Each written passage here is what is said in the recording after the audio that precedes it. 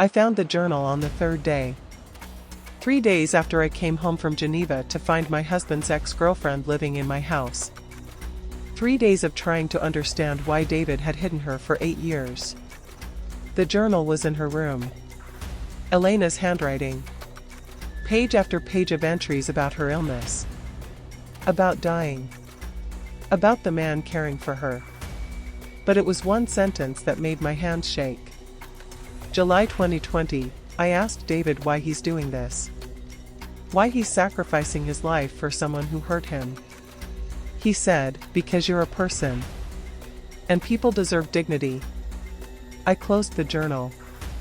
And I realized something that shattered me completely. David wasn't hiding an affair. He was hiding the fact that he was a better person than I'd ever been. My name is Joanna Pierce. And this is the story of how I came home after 10 years abroad to discover that while I was saving strangers, my husband was showing me what love actually looks like. Before we dive deeper, please like, subscribe and turn on the notification bell so you don't miss any of our life-changing stories. Also, briefly comment where you're watching from, we would love to hear from you. Now, back to the story. I checked into a hotel that night. The Marriott downtown. Anonymous. Safe. David called 17 times. I didn't answer. Elena texted, "I'm so sorry. Please let him explain." I threw my phone across the room. Let me tell you how I got here. I met David Pierce when I was 31. I was already deep into humanitarian work, coordinating relief efforts for an international aid organization. He was a civil engineer. Stable. Grounded. The kind of man who built things that lasted. I was engaged before, he'd told me on our third date. To a woman named Elena. We were together since college. She left me 3 years ago. Why? She said I wasn't ambitious enough. That I was too content with ordinary life. She wanted more. I'd been relieved, actually. That he'd been chosen and left, rather than the other way around.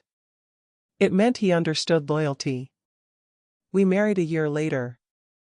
Built what I thought was a solid life. We bought a house in Newton. Had 2 children, Michael and Sarah, who were grown now with families of their own. For 8 years, our marriage worked. I traveled for work, Somalia, Haiti, South Sudan, and David stayed home. He never complained. Never asked me to choose. Then came the offer. Director of Emergency Response for the International Relief Coalition. Based in Geneva. 5-year contract. Take it, David had said immediately. It's in Switzerland. For 5 years. We'll make it work. We're solid. And we were. At first. I flew home every 6 weeks. David visited Geneva when he could. We video called twice a week. Our marriage continued, stretched across an ocean. Then the contract extended. Another 5 years. My visits became less frequent. Every 3 months. Then every 4. Work consumed me, crisis after crisis, emergency after emergency. Our conversations became efficient. Brief check-ins. Logistics. Updates. I told myself we were fine. That modern marriages could survive distance. I was wrong. Last month, I resigned. 10 years was enough. I was 53, exhausted, ready to come home. Ready to rebuild the marriage I'd left on hold. I wanted to surprise him. Imagined walking through the door, seeing his face light up, falling into his arms. Instead, I walked into my house and found another woman in my kitchen. Before we continue, I need to ask you something. Have you ever come home to discover your life had continued without you? That the people you loved had built a whole world you knew nothing about? Drop a comment below. Because what I learned in those next few days would force me to see myself in ways I'd spent 10 years avoiding. The next morning, David appeared at my hotel room door. "How did you find me?" I asked through the chain lock. There are only 3 hotels near the house. This was the second one I tried. I let him in. We sat on opposite sides of the small room. Him by the window. Me on the bed. "I'm not having an affair," he said immediately. "Then what is it? Why is your ex-girlfriend living in our house?" "She needed help." "Help with what?" "She had nowhere else to go." "That's not an answer, David." He looked at his hands. "I know how this looks." "Do you?" "Because from where I'm sitting, my husband has been living with another woman for 8 years. 8 years, David. That's nearly half our marriage." "It's not what you think." "Then tell me what it is." "She was in trouble. She needed someone. And he stopped. Started again. I couldn't turn her away." "Why not?" "Because it would have been cruel." "And lying to me for 8 years wasn't cruel?" "I tried to tell you. Multiple times. But you were always leaving for somewhere else. Always had an emergency. Always had something more important than," he caught himself. "I'm sorry." "That's not fair." "No, say it." "More important than what?" "Than us. Than this marriage. Than whatever was happening here at home." The accusation hung in the air. "I was saving lives," I said coldly. "I know. And I'm proud of you. But Joanna, you've been gone for 10 years. 10 years. And every time I tried to talk to you about something difficult, you had a plane to catch. So you're blaming me for your lies?" "No. I'm explaining why it became easier to just not tell you." "What's wrong with her?" I asked. "Elena. What kind of trouble is she in?" David was quiet for a long moment. "She's sick." "Sick how?" "Very sick." "Cancer?" "Something like that." He wasn't telling me everything. I could see it in the way his eyes wouldn't meet mine. "I want to talk to her," I said. "Joanna. Either I talk to her, or I file for divorce today. Your choice." David's face went pale. "Okay. Okay. Come home. Talk to her. But please, just keep an open mind." "Why? What aren't you telling me?" "Just come home," he said. "Please." I agreed to go back to the house. But I had no intention of keeping an open mind. Because there was something David wasn't telling me. Something he was terrified I'd discover. And I was going to find out what it was. I waited until David left for work the next morning. Then I went back to the house. Elena answered the door. She looked startled to see me. "Joanna. David said you'd be coming by later. Can I come in?" She hesitated, then stepped aside. I walked through my own house like a stranger. Everything looked the same, but different. There were small changes. A blanket on the couch I didn't recognize. Different soap in the bathroom. A pill organizer on the kitchen counter with 7 days' worth of medications. A lot of medications. "Can we talk?" I asked. "Of course." Elena moved slowly toward the living room. I noticed the way she gripped the furniture as she walked. The way she lowered herself carefully into a chair. "How sick are you?" I asked bluntly. She looked surprised. "David didn't tell you?" "He said you were sick." "He didn't say what kind." Elena studied me for a moment. "I have ALS. Lou Gehrig's disease. The air left my lungs. ALS. Progressive. Fatal. No cure. I'm sorry, I said automatically. I'm so sorry. Thank you. How long have you had it? I was diagnosed 9 years ago. 9 years. Right around the time she would have moved in here. Is that why you're here? Because you're sick. Yes. Why, David? You left him 15 years ago. Why come back to him? Elena's eyes filled with tears. Because I had nowhere else to go. No family. No one. And David. She paused. David is a good man. The best man I've ever known. I threw him away because I was too stupid to see it. And when I was dying with no one to help me, I called him because I knew, even after everything I'd done to him, he wouldn't turn me away. And he didn't. No. He didn't. I looked around the room. Saw things I'd missed before. A wheelchair folded in the corner. Handrails installed along the walls. A hospital bed visible through the guest room door. How bad is it? I asked. I can still walk short distances. Still use my hands, though not well. I can speak, though it's getting harder. The doctors say I have maybe 18 months left. Maybe less. I'm sorry, I said again. Because what else could I say? You have every right to hate me, Elena said quietly. To kick me out.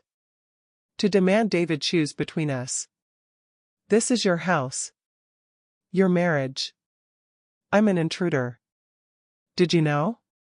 I asked. When you moved in. Did you know I was in Geneva? Yes. Did you know David hadn't told me? She looked away. Yes. Why did you let him hide you? Because I was dying and desperate. And I told myself that your absence meant you didn't care. That if you really loved him, you'd be here. She met my eyes. I was wrong. I know that now. I stood up. I need to look around. Do you mind? It's your house. I walked through the rooms. In David's office, I found medical bills. Thousands of dollars in expenses. Physical therapy. Home modifications. Equipment. In the guest room, Elena's room, I found a journal. I shouldn't have read it. But I did. March 2019, David installed the shower chair today. He pretended it was no big deal, but I saw his face when he thought I wasn't looking. He's grieving who I used to be. And I'm grieving who I'll never become. July 2020, my hands don't work right anymore. David helps me button my clothes. I've never felt more humiliated. Or more grateful. December 2022, I asked David why he's doing this. Why he's sacrificing his life for someone who hurt him. He said, because you're a person. And people deserve dignity. I cried for an hour after he left. I closed the journal. Sat on Elena's bed. Looked at the medical equipment. The pill organizer. The wheelchair. And I realized something that made my blood run cold. David wasn't hiding an affair. He was hiding something much more complicated. He was hiding the fact that he was a better person than I'd ever been. But there was something else. Something Elena hadn't told me yet. Something that would change everything I thought I knew about my husband. And about myself. I found Elena in the kitchen, trying to chop vegetables. Her hands shook. The knife slipped twice. Let me, I said. She looked startled. You don't have to. I know. I took the knife. Started chopping. How long have you been able to cook? I can't, really. Not anymore. But I try. It makes me feel less useless. We worked in silence for a moment. Then I asked the question that had been burning in my mind. Why did you really leave him? 15 years ago. David said you thought he wasn't ambitious enough. But I don't believe that. Elena was quiet for a long time. You're right. That wasn't the real reason. So what was? Can we sit down? We moved to the kitchen table. The same table where David and I had eaten countless meals before I left for Geneva. When I left David, Elena began, I told him it was because he was too content. Too ordinary. But the truth was more complicated. Tell me. I was pregnant. My hands went still. With David's child, she continued. We'd been engaged for 2 years. Planning our wedding. And I got pregnant. It wasn't planned, but David was thrilled. He wanted to move up the wedding. Start our family. What happened? I panicked. I'd just gotten offered a position at a consulting firm in New York. Big money. Big prestige. Everything I thought I wanted. And a baby would ruin all of that. So I terminated the pregnancy. And I left. I told David I didn't love him enough. That he wasn't enough. I broke his heart because I couldn't face telling him what I'd done. I couldn't breathe. Does he know? Now? No. Tears streamed down Elena's face. I've never told him. I've been living in his house for 8 years, accepting his kindness, and he has no idea that I killed his child. Why are you telling me? Because you need to understand something. I chose ambition over love. Career over family. Success over the man who would have given me everything. And you know what I got for those choices? What? 15 years of emptiness. A failed marriage to a man who left me the moment I got sick. A brilliant career that meant nothing when I was dying alone. And then ALS. This disease that's taking everything from me, piece by piece. She gripped my hand with her shaking fingers. Don't make my mistakes, Joanna. Don't choose the wrong things. Because you can't get the time back. You can't undo the choices. And by the time you realize what you've lost, it's too late. I pulled my hand away. Stood up. I need to go. Joanna. I need to think. I walked out of that house. Got in my car. Drove aimlessly through Boston. Elena had chosen ambition over David. Had aborted their child. Had walked away from love for a career that ultimately meant nothing. And what had I done? I'd chosen my career over my marriage. Had left David alone for 10 years. Had prioritized strangers over my own husband. I'd made the exact same choices Elena had. The only difference was that Elena was dying of ALS.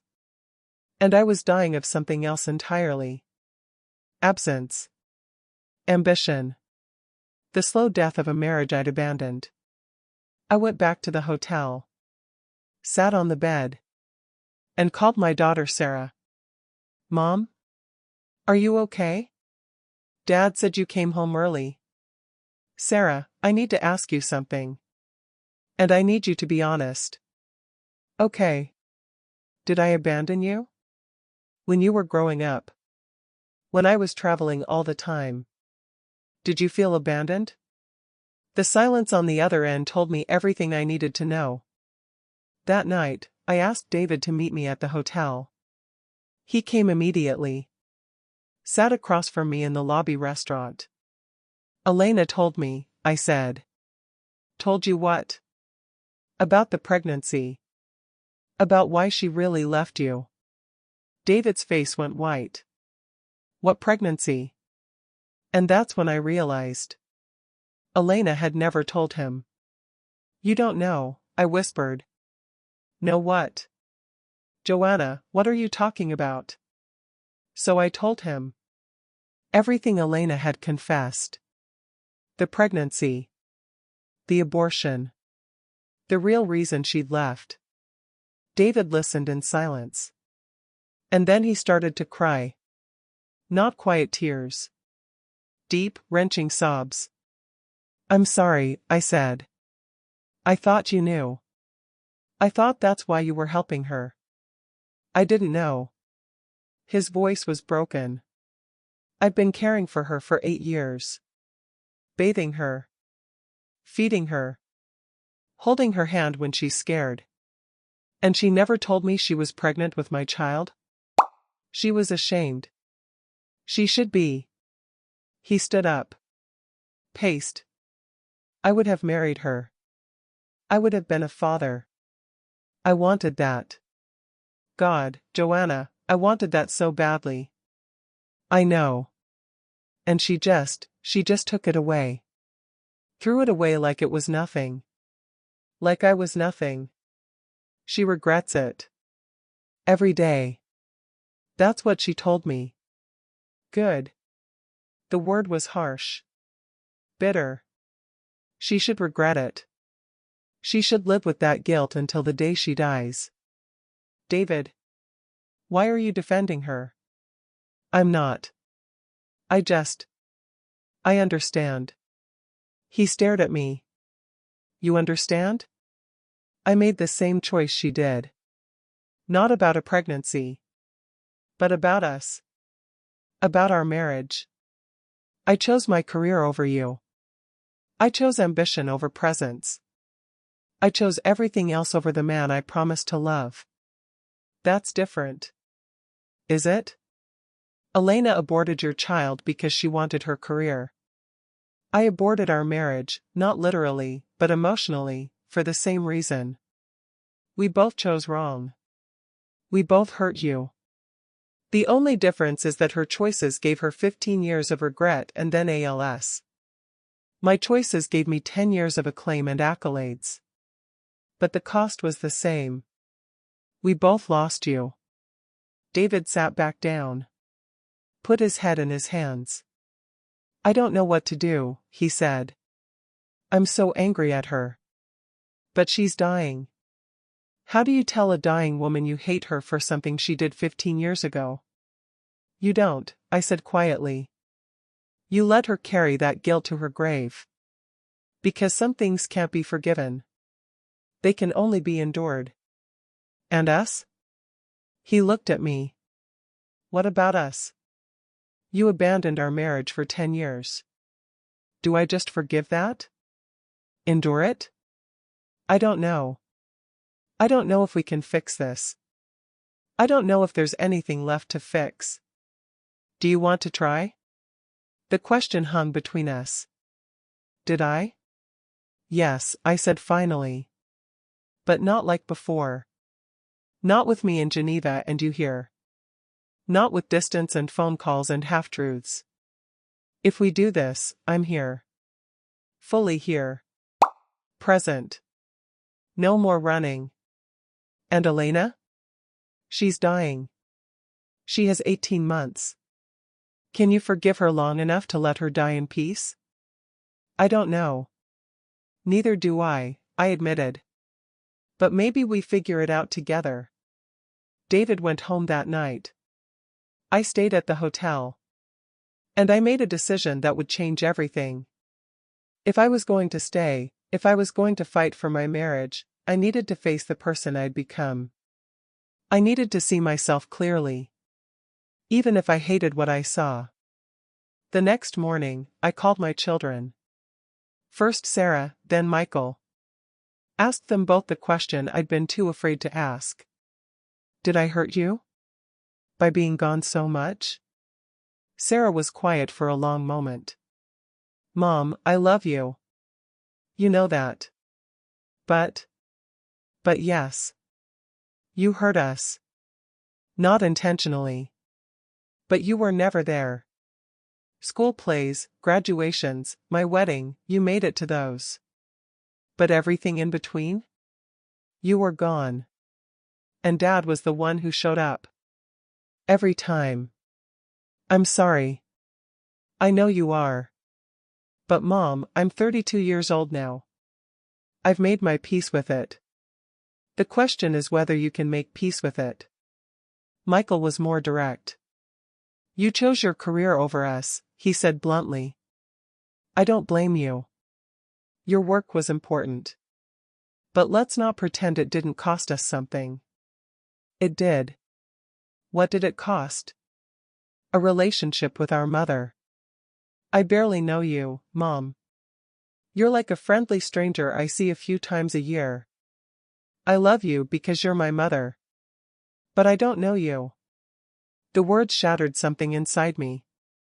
After I hung up, I sat in that hotel room and forced myself to see the truth. I'd spent 10 years telling myself I was doing important work. Saving lives. Making a difference. And I was. I'd helped thousands of people. Coordinated responses to disasters. Prevented suffering. But I'd caused suffering too. At home. With the people who'd loved me most. Sarah had gotten married without a mother who really knew her. Michael had learned not to need me. David had spent 8 years caring for a dying woman because there was no one else to care for. And I'd been in Geneva. Earning awards. Getting promoted. Being important. That afternoon, I went back to the house. Elena was in her room. David was at work. I knocked on her door. Can I come in? She looked surprised. Of course. I sat on the edge of her bed. I need to ask you something. Okay. Why did you tell me? About the pregnancy. You could have taken that secret to your grave. Why burden me with it? Elena looked at her shaking hands. Because I saw myself in you. The way you talked about your career. The way you justified your absence. The way you made it sound noble to choose work over marriage. I did the same thing. And I need you to know where that road leads. To regret? To loneliness? To dying in someone else's house because you burned every bridge that mattered? To realizing too late that the things you thought were important were actually empty? Your career wasn't empty. You were successful.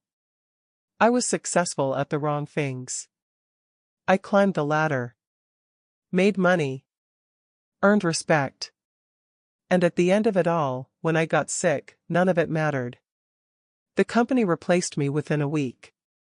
The colleagues I thought were friends disappeared. The man I married for his ambition left me because caregiving wasn't in his job description. She met my eyes. The only person who showed up was the man I threw away. The man I'd called ordinary. The man who turned out to be extraordinary. David. David. Who owed me nothing. Who I'd broken. Who should have told me to die alone. But he didn't. He took me in. He cared for me. He gave me 8 years of dignity I didn't deserve. Why? Because that's who he is. That's who you married. A man who shows up. A man who keeps promises. A man who loves even when it costs him everything. And I left him. You did. Just like I did. We both chose wrong. But you still have time to choose differently. I don't. I looked at this woman, my husband's first love, his dying ex, and saw not an enemy but a mirror. I don't know if I can stay, I admitted. I don't know if I can watch you die in my house. Then don't. I'll find somewhere else. No. The word came out stronger than I expected. No. If you go, it's to a hospice. And I won't do that to you. I won't do that to David. He's already given 8 years. I can give 18 months. Elena's eyes filled with tears. Why? Because David chose compassion. And maybe it's time I did too. I moved back home that week. It was awkward. Elena and I circled each other like wary cats. But slowly, we found a rhythm. I learned her routines. Her medications. Her needs. I started helping David with her care. Not because I had to. Because I chose to. And in caring for her, I learned something about the man I'd married. David was patient. Gentle. He never showed frustration when Elena dropped things or needed help with tasks that took 3 times as long as they should. How do you do it?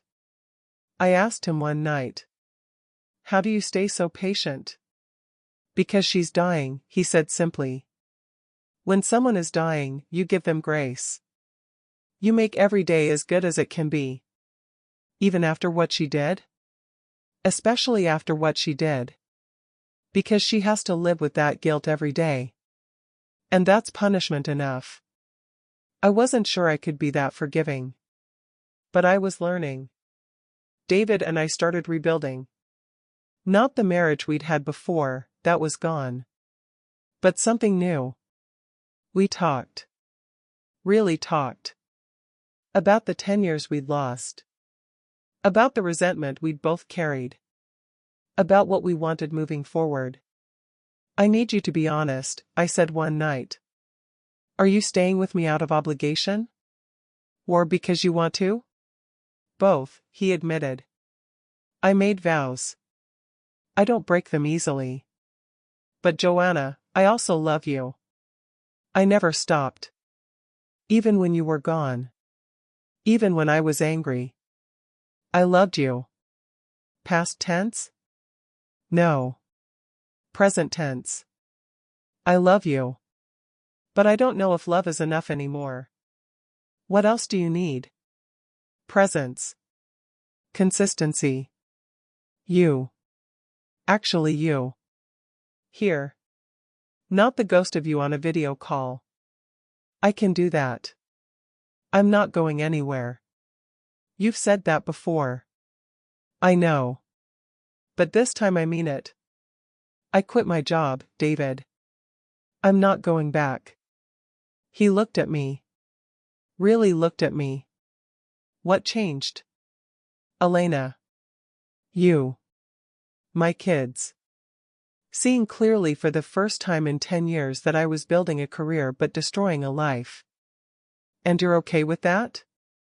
Giving up everything you worked for? It wasn't everything. It was something. There's a difference. 3 months in, Elena took a turn for the worse. She couldn't walk anymore. Could barely speak. Eating became dangerous, she choked easily. David arranged for hospice care.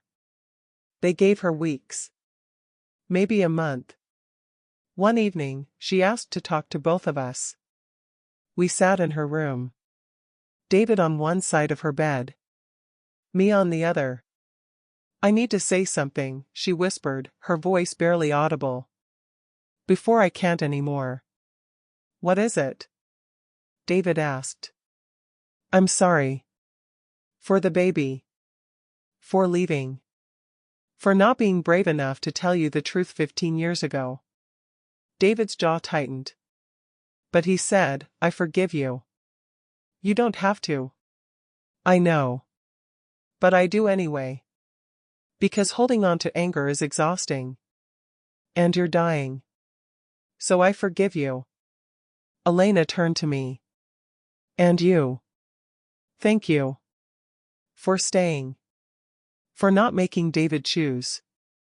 For giving me these last months in a home instead of an institution. You're welcome, I said. And I meant it. Because somewhere in those 3 months, Elena had stopped being my husband's ex. She'd become a person. Flawed. Broken. Human. Just like me. Elena died on a Tuesday morning. Peaceful. In her sleep. David was at work. I was the one who found her. I sat with her body for an hour before calling anyone. Just sat there, looking at her still face, thinking about choices and consequences and the strange way life humbles us all. At her funeral, small, just us and a few people from her support group, I read something she'd written. I spent my life running towards success and running from love. And in the end, love was the only thing that caught me when I fell. Thank you, David, for showing me what grace looks like. And thank you, Joanna, for sharing him with me when you had every right to say no. After the funeral, David and I stood in the cemetery. What now? I asked. Now we figure out if there's still an us. Is there? He took my hand. I think so. But it'll take work. I'm not afraid of work anymore. Good. Because this is the work that matters. So let me ask you something. What would you have done? If you came home after 10 years to find your husband's dying ex-girlfriend in your house, would you have stayed? Would you have helped? Or would you have walked away? I almost walked away. Almost chose my pride over compassion. But Elena's dying taught me something I'd spent 10 years refusing to learn, that presence matters more than achievement. That showing up is harder, and more important, than success. I'd spent a decade telling myself my career was important. And it was. But so was my marriage. So were my children. So was the daily choice to be present. Elena chose ambition over love. Terminated a pregnancy to chase success. Left a good man because he wasn't enough. And she got 15 years of emptiness followed by ALS. I chose ambition too. Left my husband for a decade. Missed my children's lives. Told myself it was noble to save strangers while my own family learned to live without me. We made the same choice. We just paid different prices. If you've been absent, whether because of work, or fear, or just the slow drift, come home. Not physically. Emotionally. Show up. Be present. If you're carrying someone else's burden, caring for a sick parent, a struggling child, someone from your past, tell your partner. Share it. Let them help. And if you're facing impossible choices between career and family, between ambition and presence, choose carefully. Because you can't get the time back. And success means nothing if you're successful at the wrong things. Drop a comment sharing your story. Because these conversations about presence, about sacrifice, about the prices we pay for the lives we choose, these are the conversations that matter. Next time, I want to tell you about a man whose wife forgot to end the call and he overheard a heartbreaking conversation. If stories like this move you, stories about real choices, real consequences, and the messy work of being human, subscribe to this channel. Because every week, I'm here sharing stories that honor life's complexity. Thank you for listening. Thank you for sitting with hard truths. And remember, the work that matters most is the work we do right in front of us. With the people we love. In the homes we build. Show up. Be present. That's where life happens. I'll see you next time.